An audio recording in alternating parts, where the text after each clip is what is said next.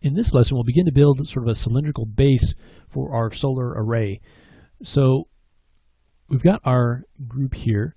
Let's go ahead and turn the visibility of this off for now. So we'll select the group, just hit Control H to turn that visibility off so we can concentrate on our piece here. So the idea with this piece is that we want it to be able to serve as kind of a hub for the legs to come off of and also for the array to attach to. So let's start with just a cylindrical shape because we're going to have 3 legs. It gives us some flexibility on being able to put the legs kind of wherever we want. So let's go ahead and create a primitive cylinder. We'll go ahead and drop that into our scene. Let's take the creation node. Let's increase the radius a little bit, and let's also take the height up a bit. So here is our cylinder shape. Now for this shape, we are going to be smoothing this at the end. And so instead of just leaving this as a polygon, what you can do is use a smooth mesh preview. And in the past, you've converted objects to subdivision surfaces, or you've actually created a smooth where you've added polygons.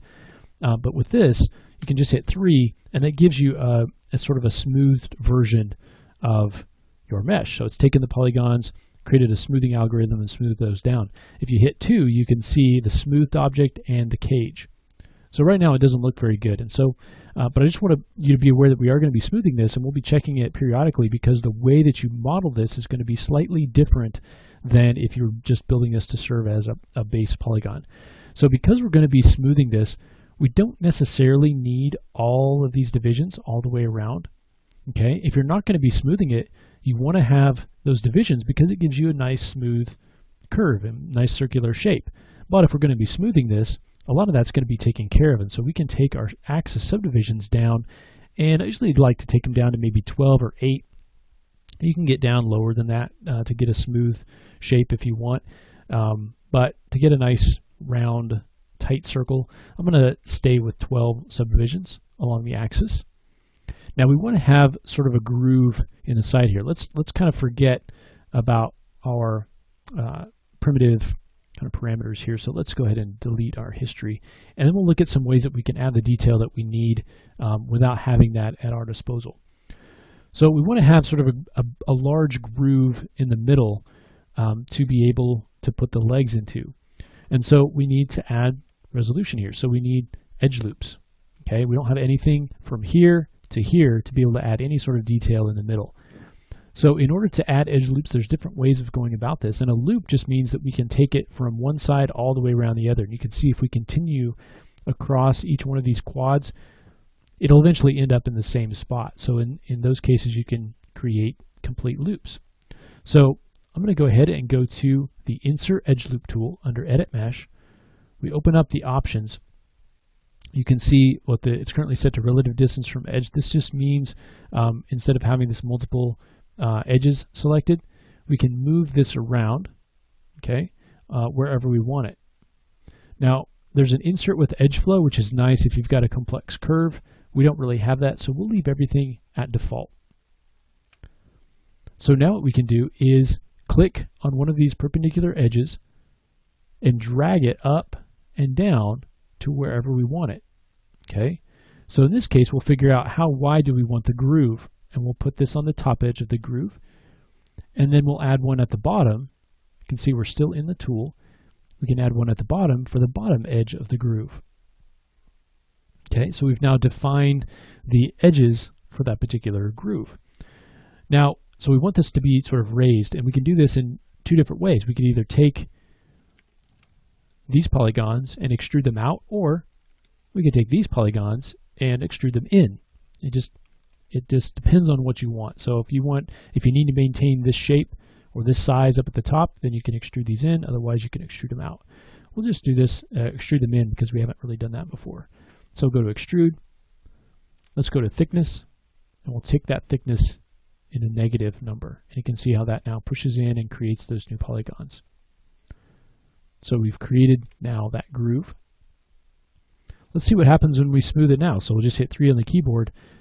Starting to look a little bit better, but you can see it's really, really doughy. We don't get that hard surface look. It's very, very smooth. That's just because we don't have a lot of resolution in here because it's smoothing between the points.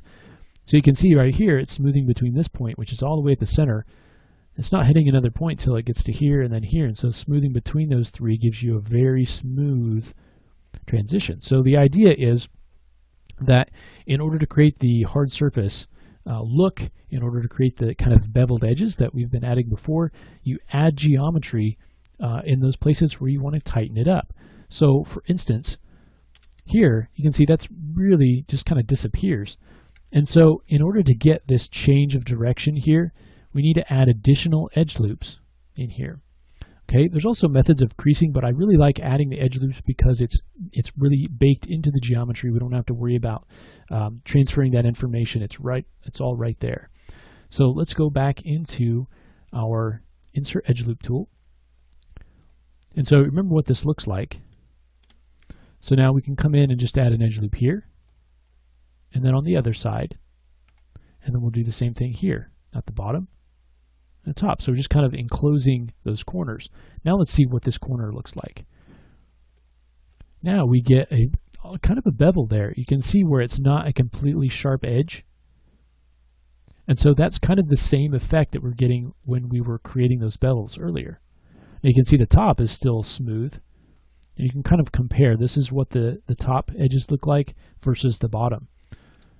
So you can kind of decide how sharp you want those to be. If you don't want them to be that sharp, then all you have to do is just make sure that your edges aren't quite so close.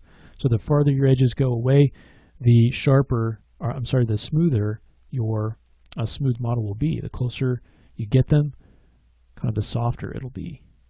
So you could kind of vary that up a little bit if you wanted to. And you can see how that edge is a little bit softer. And then the bottom is again curved sort of down. Okay. We can also come in and begin to add a little bit of shape to this. So maybe this is the bottom.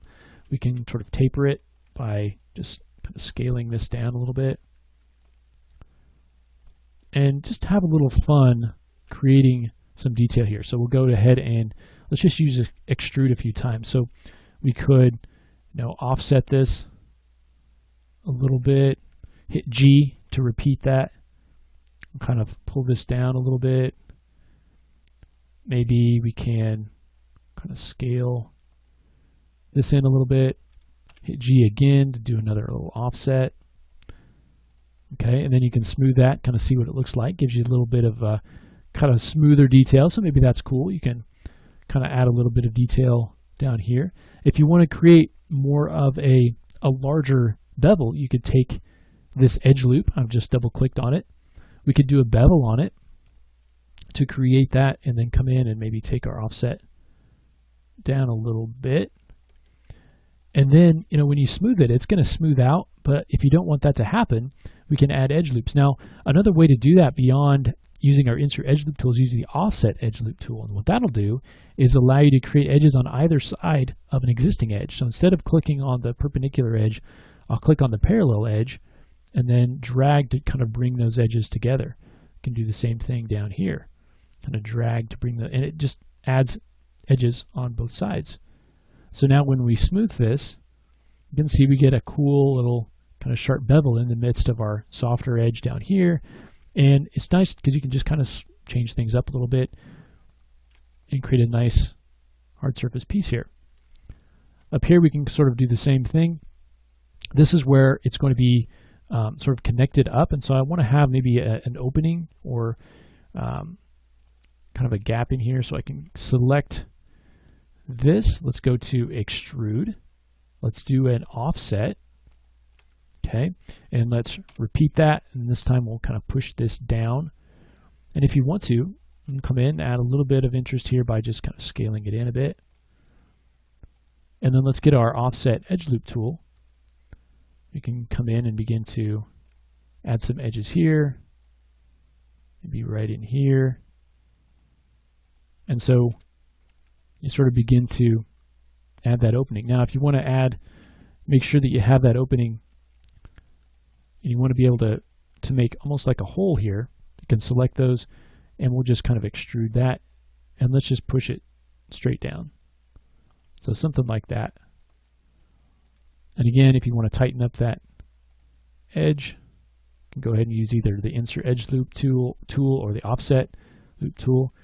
And again, just hitting 3, you get something like that. So you get the nice smooth curve going around the circle, and then you can alternate between softer edges and harder edges based on how close you put those edges in. And the insert edge loop tool and the offset edge loop tool are great tools for adding that sort of geometry to keep those hard surfaces, or those hard edges rather. All right, so once we've got our